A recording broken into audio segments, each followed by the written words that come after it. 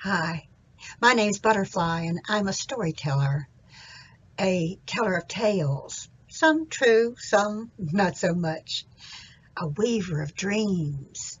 And today, I'd like to take you to Ireland, land of giants. Now, Finn McCool was Ireland's giant. There are many tales told about him. They said that when he was a baby, he used oak trees to play with as blocks. They said that he could walk 10 miles in 1 minute. He had such a large stride. And if he got thirsty, why, all he had to do was pick up a lake and drink it just like that, the whole of the lake. Many tales told about Finn McCool, and many challenges he had met, and many a man he had defeated. But Finn McCool was getting older, and he was tired of fighting, and he decided that he just wanted to settle down. And so he married a good woman, and they had a house and had a baby in time, and Finn McCool was rested and happy as he could be there in Ireland. But then something happened. Now, you see, Finn McCool, he had an unusual thing, and that was that sometimes he could see the future, just like gazing into a crystal ball. And one night he had a dream, and that dream was about the future. He woke up that morning and said to his wife, Una, "Oh, Una, me darling, I have seen it happen now. Benandonner from Scotland is coming for a challenge. And ah, I'm tired of challenges, and I'm tired of fighting, and I just don't know what I'm going to do, Una." Una, the good wife, she thought about it for a few moments, and she said, McCool himself, why, I can tell you what we should do with this Benandonner himself. Now, Benandonner was supposed to be a terrible giant from Scotland, and he had been talking with his friends, don't you know, and his friends had said, well, Benandonner had never fought Finn McCool, and Finn McCool was supposed to be the greatest giant. And of course, Benandonner said, no, of course, I'm the greatest giant. No, Finn McCool, no. And there was a grand fight and talking about who would be the greatest giant. And Benandonner decided that he was going to call Finn McCool to a challenge. Well, when Finn McCool saw this like seeing in a glass, "Una, me darling, what should we do?" Una said, "You leave it up to me, and we'll have it taken care of so that you won't be having to fight no more." "Well, just do what I say," she said. "Take the baby and take it to our mothers, and then you come back and we'll see what we see." Well, Finn McCool didn't know about that, but Una was pretty smart, and he decided he would follow her advice, and so he took their baby to her mother. And while he was traveling, taking the baby to her mother, why, Una herself got busy.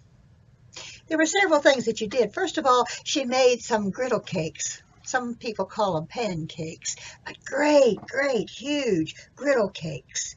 A whole stack of them. But in the very last griddle cake, she put an actual griddle. You know, a cast iron griddle? Well, right there, and you couldn't tell the difference from the other griddle cakes. And there she put them in the kitchen just to wait. Then she went and she got a whole lot of rocks, big rocks like that, and she set them up in the corner. And then she went and got a big, big glob of butter. And in that butter she put some shoe polish, some black shoe polish and some brown shoe polish, and she waved it up around like that until it looked exactly like one of those rocks.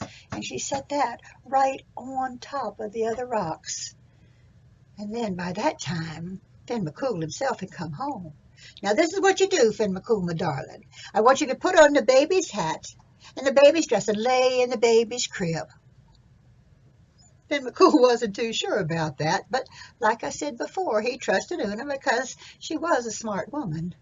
And he put on the baby's cap, and he got in the baby's crib. And it wasn't long before there came a great knock at the door. Bam, bam, bam. Una, she went to the door and opened it, and standing there in the door was himself, Benandonner from Scotland. "And where's Finn McCool?" he says. "I challenge him to a battle." "Oh," Una says, oh, so sweet a voice she had. "Oh, it's so bad that you've missed the man himself. He's gone off. He'll be back in just a little while if you'd like to wait." "Yeah, I'll wait then." "Well, come on in," she said. "I'm a good hostess. Come in. You're welcome." And Benandonner came in. "Have a seat," she said, and Benandonner sat down, and Una began to talk about some of the battles that Finn McCool had won and some of his great feats. Benandonner was beginning to wonder about maybe this challenge wasn't such a good idea after all. "Well," he said, "you know I am parched." "Well," Una said to him, "if you want something to drink, why, Finn McCool himself, why, he just goes out there and pulls up the well and takes a drink, and you're welcome to it if you will." Benandonner thought to himself, "Picks up the whole well? Why, I don't know how he could be a-doing of that." But then Una said, "But then, if you're hungry after your trip, I'd be glad to give you a griddle cake or two." "Oh," Benandonner said, "that would be very good." And Una went and got the griddle cakes and took them to him. And Benandonner began to eat the griddle cakes. And when he bit into that top griddle cake, ow! His teeth broke. That griddle cake, remember, that had the real griddle in it? He couldn't bite that. Oh, he threw it away from him. Who could eat something like that? "Why," Una said, "Finn McCool himself, why, he eats a whole stack every day. Why, even the baby can eat these griddle cakes." And she gave several of the griddle cakes to the baby, remember, who was really Finn McCool in disguise. And Finn McCool ate them right on up. Benandonner now was beginning to get really, really worried. Well, him thinking to himself, if the baby himself can eat those griddle cakes and I can't bite them without breaking my teeth, how strong must the father of the baby be? He was beginning to wonder a lot. About that time, he did say something about drinking again, and Una said, "Well, you know, the rocks over there, they have plenty of water in them. Why, we can squeeze some water out of the rocks, and that way you'd have something to drink." "You can't squeeze water out of a rock," Benandonner thought to himself. "You can't squeeze water out of a rock?" "Why," says Una, "me darling Finn McCool does it every day, all the time. Why, even the baby can squeeze water out of the rock." And she gave the baby, remember, who was really Finn McCool in disguise, she gave the baby that mound of butter, and the baby began to squeeze. And as he squeezed that molding of butter, the heat from his hand began to melt that butter, and it ran down his arms like that and looked just exactly like water. Benandonner said, "Well, if the baby can do it, I can do it too." And Una gave him a rock, and he began to squeeze.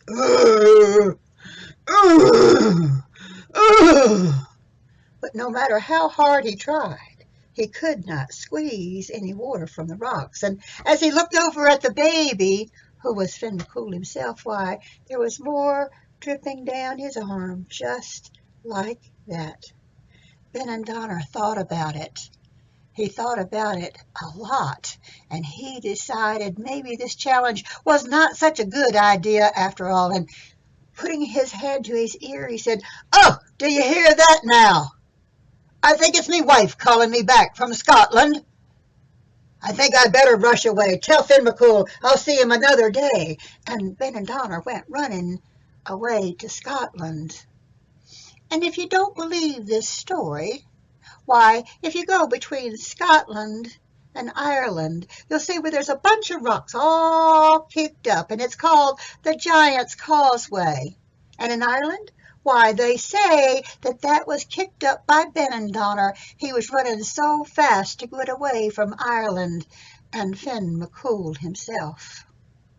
And to this day, why, if you go and you ask Finn McCool what was the greatest thing that he ever did, well, he'll tell you it was marrying a smart woman. I hope you enjoyed that story. Bye. See you next time.